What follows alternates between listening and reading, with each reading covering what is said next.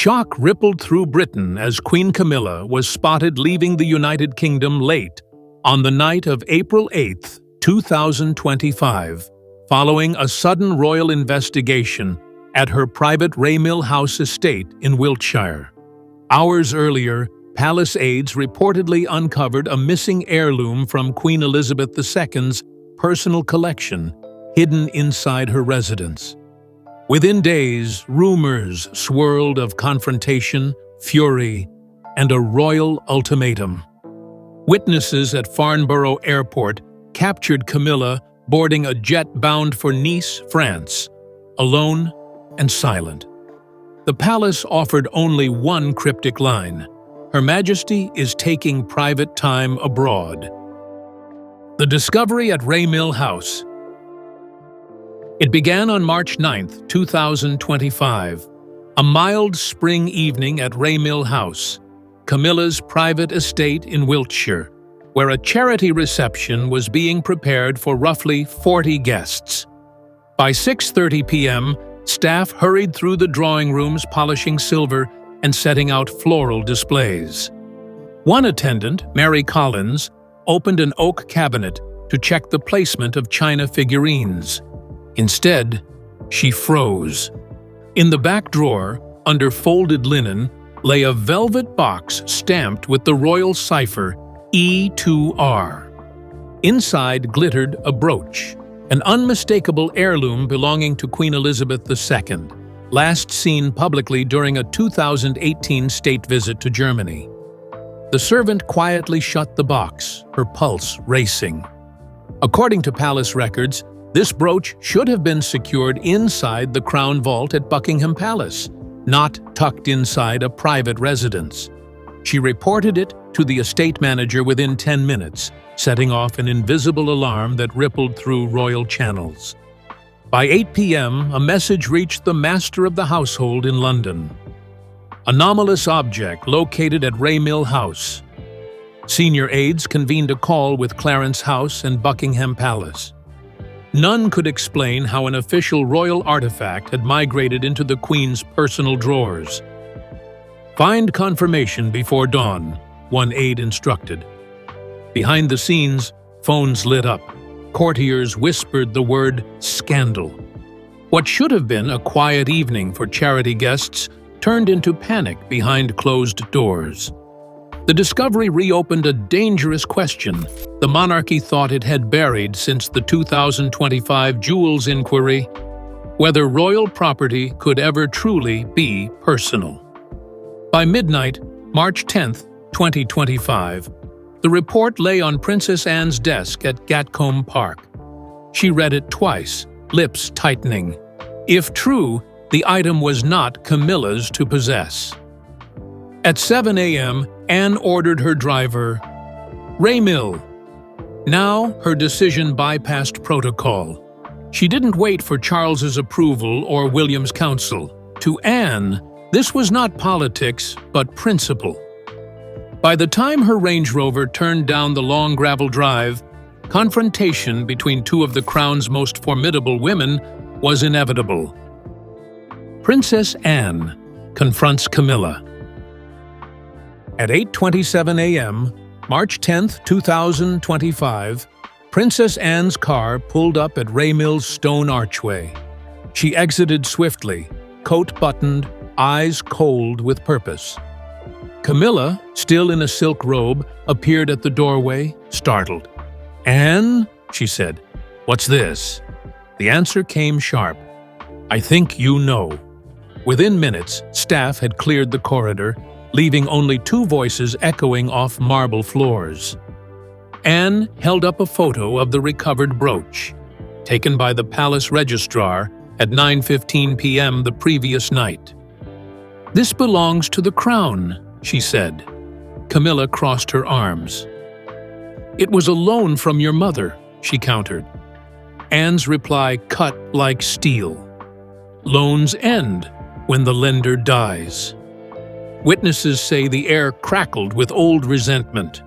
Camilla's face flushed. Anne's remained carved from stone. As the exchange grew louder, An aide hovering nearby later recalled Anne's words exactly. "You'll never be a true queen, not while Diana's memory still lives." The phrase hung in the air like a curse from the past. Camilla snapped back. "You think duty makes you pure? We've all done what we must."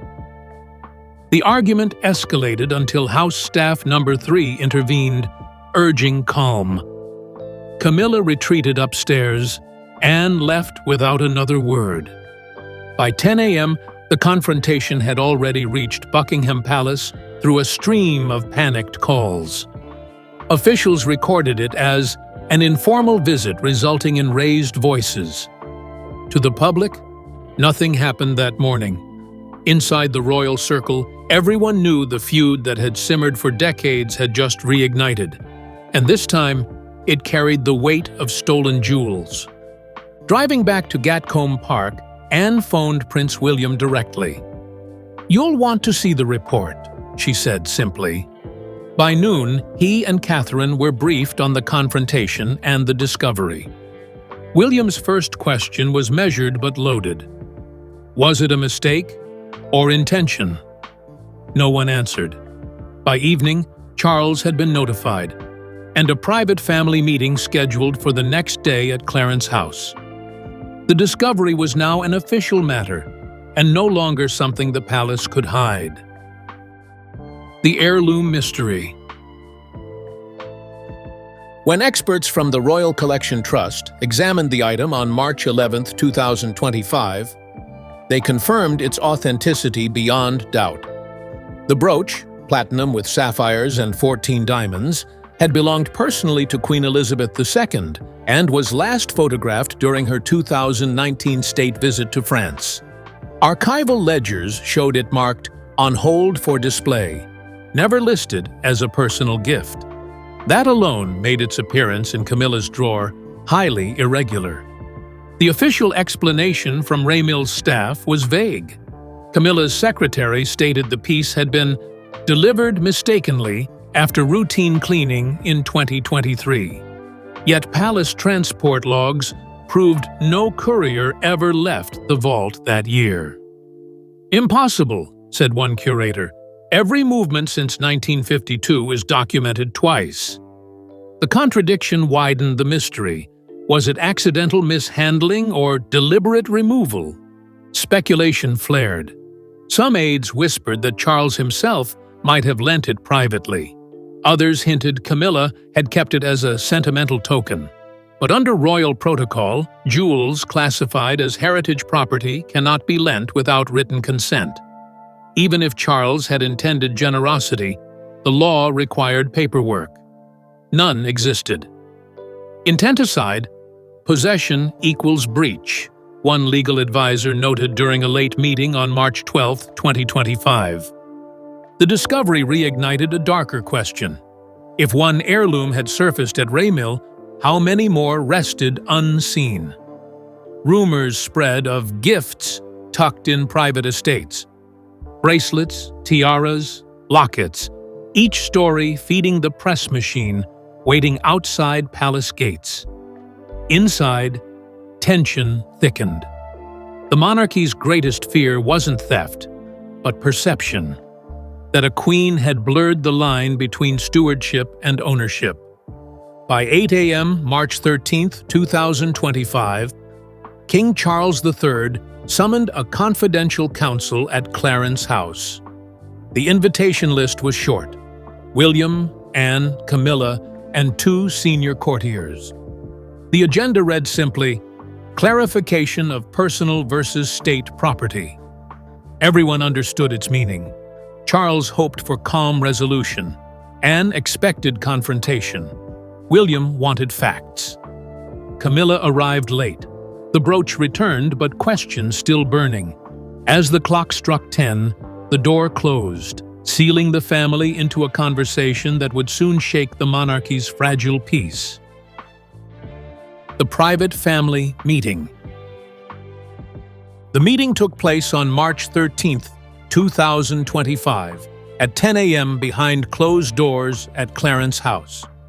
King Charles III sat at the head of the table, his expression drawn, while Prince William, Princess Anne, and Queen Camilla faced one another across polished mahogany.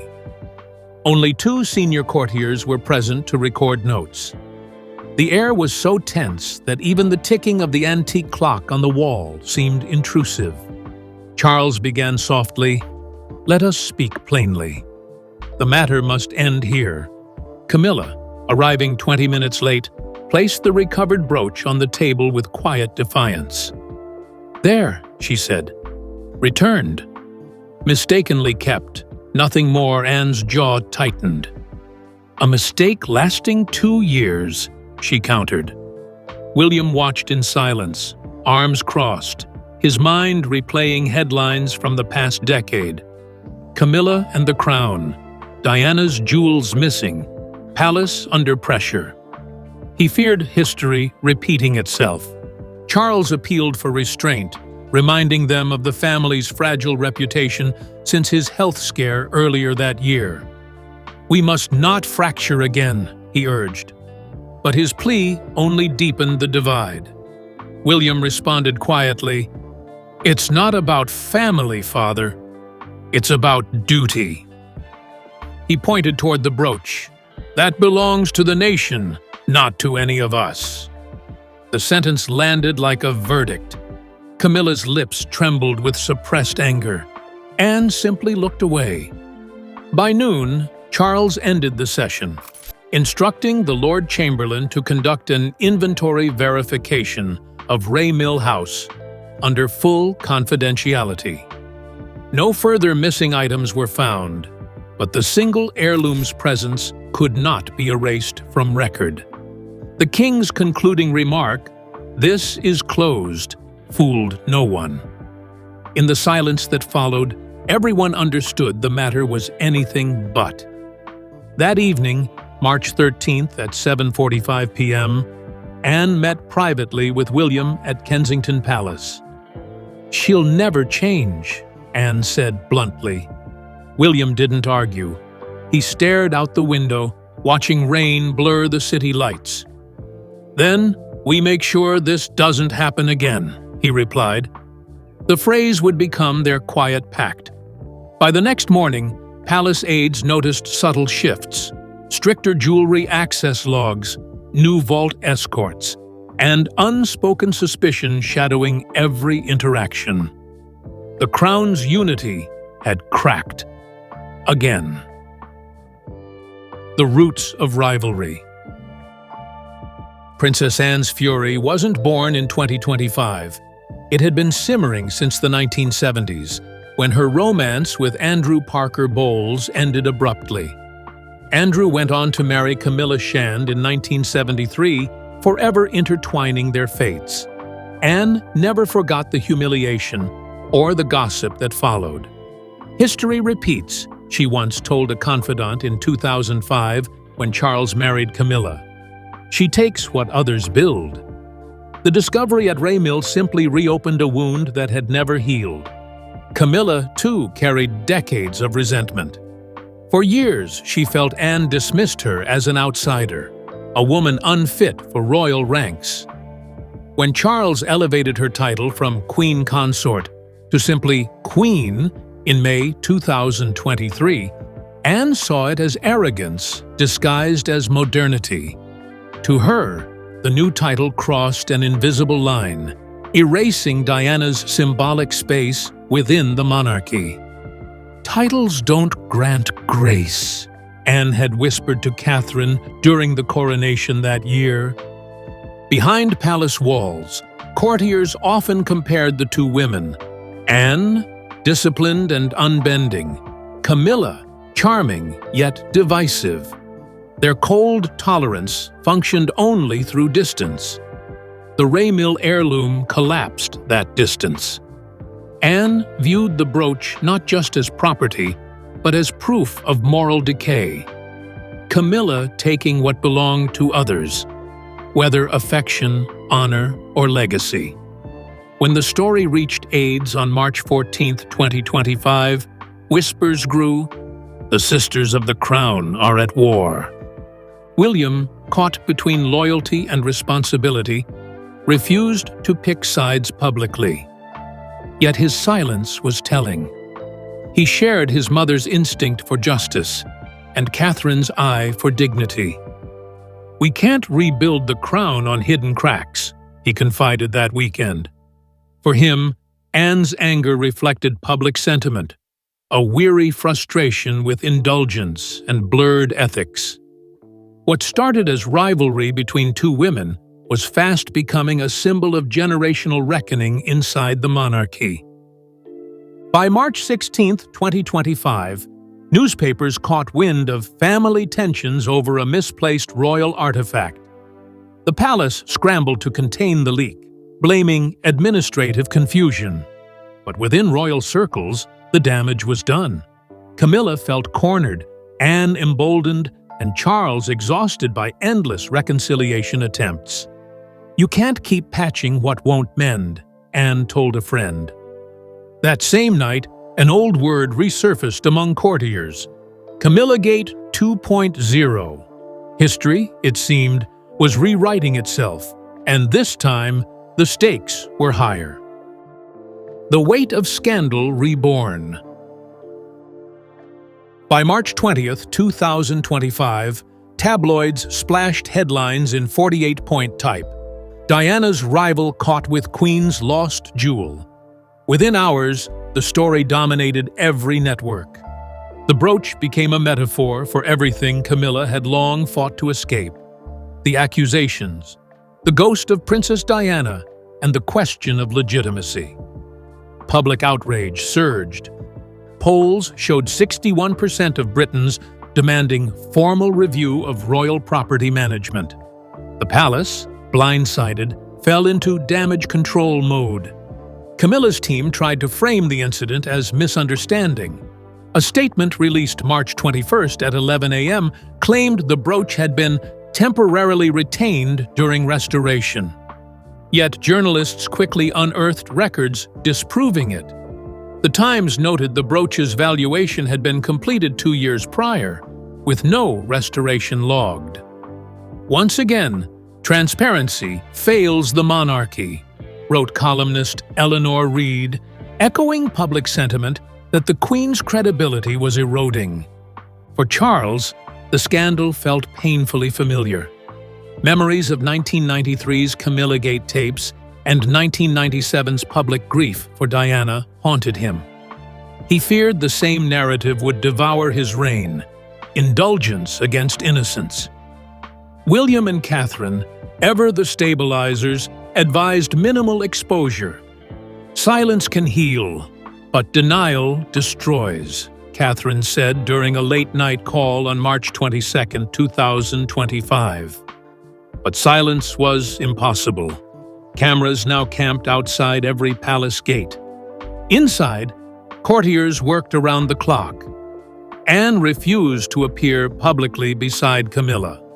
William quietly postponed joint engagements. By March 25th, the royal calendar looked conspicuously empty. "This is unsustainable," one senior aide told reporters. "The crown cannot afford another fracture." And yet, fracture was exactly what it faced, one born not of politics, but pride. On March 26, 2025, an emergency audit was authorized. All royal estates connected to Camilla would be reviewed under Property Code Section 7B, a rule unused since 1972. The decision, though quiet, carried thunderous implications. Camilla felt betrayed, Charles trapped, and the public impatient.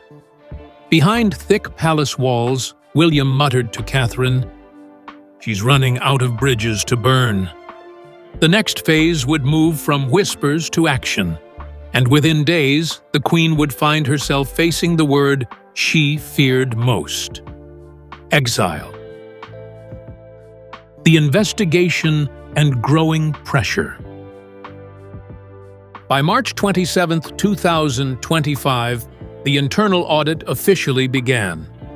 A team of 5 heritage officers, 2 security auditors and 1 legal advisor arrived quietly at Raymill House just after 7 a.m. under the pretext of property cataloging. They combed through safes, attics, and storage trunks labeled with royal crests. Within hours, they confirmed what everyone feared. Several small trinkets and presentation gifts, all technically state property, were stored without proper log numbers. No theft, but a clear breach of protocol. The findings spread quickly through Buckingham Palace. By March 28th, Charles received a classified report summarizing administrative irregularities. He summoned senior aides for an emergency briefing at 2 p.m. Princess Anne and Prince William attended by special request. Containment must be absolute, the king insisted. But containment was slipping. 3 reporters from The Guardian had already contacted palace spokesmen for confirmation of audit activity in Wiltshire. Someone, somewhere, was leaking. Pressure mounted from all sides. Royal advisors feared political embarrassment if Parliament demanded accountability over heritage law. Anne pushed for decisive action. She must return everything to the vaults, today. William remained calmer but firmer. "Delay will destroy what's left of our credibility," he said. Camilla's circle, meanwhile, felt under siege. Her private secretary, Alison Ward, resigned suddenly on March 30, 2025, after 17 years of service, a move insiders read as quiet protest. By the first week of April, the situation had become untenable. Even the Privy Council office requested an update, citing constitutional transparency. The king faced a stark choice: defend his wife and risk public wrath, or distance the crown from her entirely. Every decision carried danger. Charles, exhausted and pale, told a confidant that night, "The crown cannot survive another scandal with her name on it." At 8:45 a.m., April 2, 2025, Charles privately met William at Windsor Castle's Green Drawing Room. "What would you do?" he asked. William hesitated, then answered, "Protect the institution, whatever the cost." That same afternoon, Charles ordered a final report within 72 hours. Camilla was notified through intermediaries. She felt betrayed, calling it a trial by family. The audit's results were scheduled for delivery on April 5, 2025, a date that would mark the beginning of the Queen's political and personal unraveling. The breaking point. The meeting on April 5, 2025 at 6 p.m. lasted just under 90 minutes, but its impact would echo for decades. Inside Buckingham Palace's Blue Drawing Room, King Charles confronted Camilla privately. On the table lay the final audit, 24 pages, stamped confidential, itemizing every irregularity. The Queen listened without interrupting until he reached the last line. Recommendation: removal from custodial privilege. Her composure cracked. "You'd strip me of my place over a brooch?" she demanded. Charles's reply came quietly. "Not a brooch, a principle." He reminded her of the public fury, the polls dipping below 40% approval, and Anne's insistence that a clear boundary be drawn. Camilla argued the pieces were kept for safekeeping and sentimental reasons, but when William's name appeared on the report as supporting the conclusion, she fell silent. She realized that even the next generation was aligning against her. At 7:26 p.m., witnesses outside the room heard raised voices. Aides described Charles leaving visibly shaken, his hands trembling.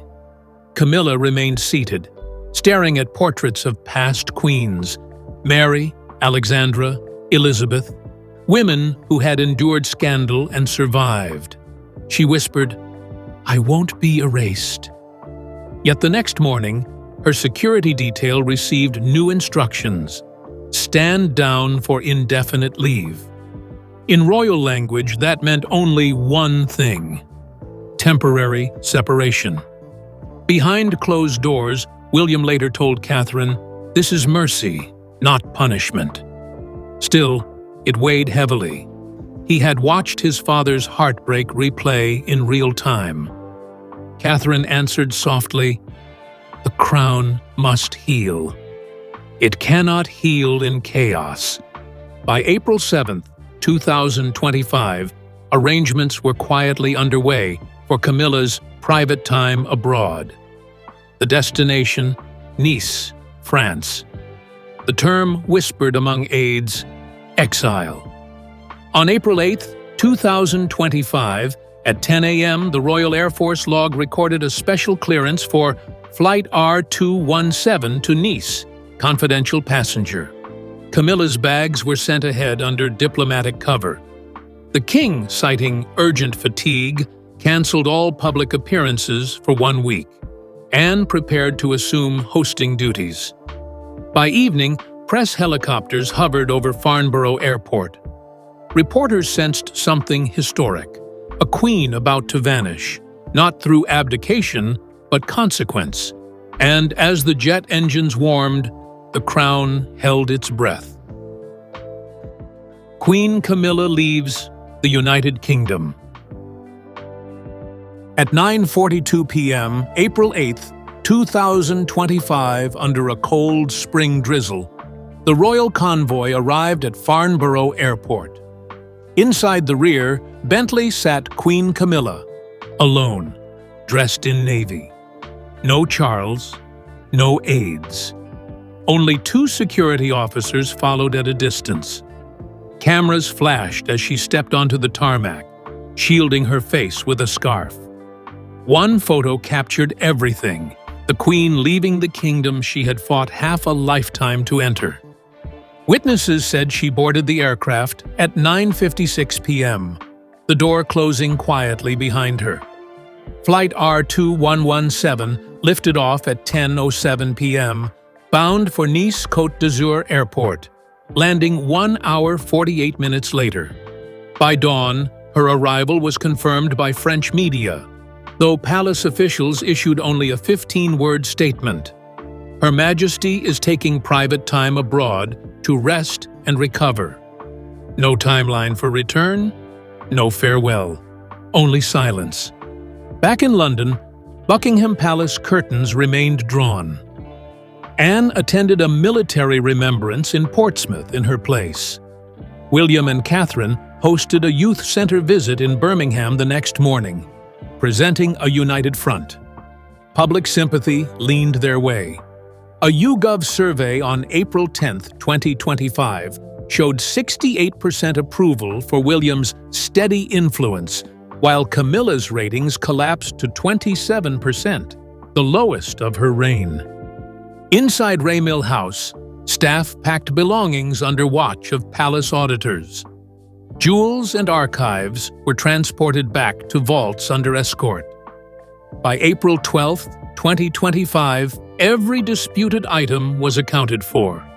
But the image of Camilla's lonely departure had already defined the narrative. Not a queen betrayed, but a queen out of time.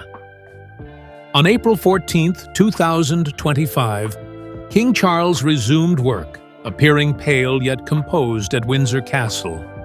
His address to staff was brief: "The crown endures." Behind him, Princess Anne managed engagements with quiet efficiency, while William began reorganizing charity portfolios once held by Camilla. Within palace corridors, talk turned from crisis to recovery. Yet every mention of her name lingered like perfume, faint but unforgettable. The monarchy had survived another storm, but at the cost of a queen's exile. Fallout, reflection, and the future of the crown. By April 20, 2025, the British press dubbed the episode the Raymill Affair. Royal correspondents dissected every gesture, every silence. Some saw justice, others cruelty. But one fact stood beyond debate. The crown had reasserted control. Public trust, once wavering, rebounded within weeks. Polls in May 2025 placed overall royal favorability at 72%, the highest since the Queen's Jubilee in 2012. For William and Catherine, it was vindication. Restraint had triumphed where confrontation once failed. Princess Anne's public role expanded swiftly. On May 5, 2025, she accompanied Charles to a state luncheon, her calm presence interpreted as stabilizing authority. Courtiers whispered that the king now relied on her judgment more than anyone else's. She never gloated. She simply returned to work. Camilla's name, however, disappeared from official documents. Her charities transferred to other royals, her portrait quietly removed from the palace gallery by May 10, 2025. In France, Camilla remained secluded at Raymill Villa, a smaller property near Antibes. Locals occasionally spotted her walking near the sea, accompanied only by 2 dogs. Friends said she spoke rarely of Britain, but read every newspaper sent weekly from London. "She's resigned to silence," one source told Le Monde on May 15, 2025. Yet that silence became her only defense: dignity in exile. By June 2025, royal life had returned to rhythm.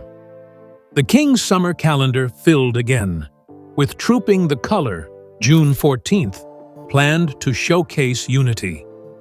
William and Catherine, standing beside Charles and Anne, represented renewal, duty cleansed by honesty.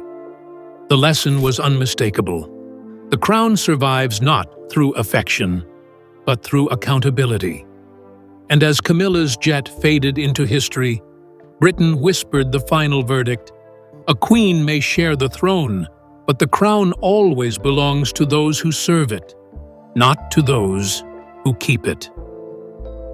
By autumn 2025, palace corridors gleamed with restored calm. The brooch, once hidden, now rested safely in the royal collection beside Diana's sapphire. Charles carried on, quieter, humbler. Anne remained steadfast. William and Catherine looked outward, embodying the future. As the sun set over Windsor's lawns, the crown had endured another reckoning. The lesson echoed softly through the ages. Titles can be inherited, jewels can be reclaimed, but trust, once lost, is earned only through truth, sacrifice, and the weight of conscience.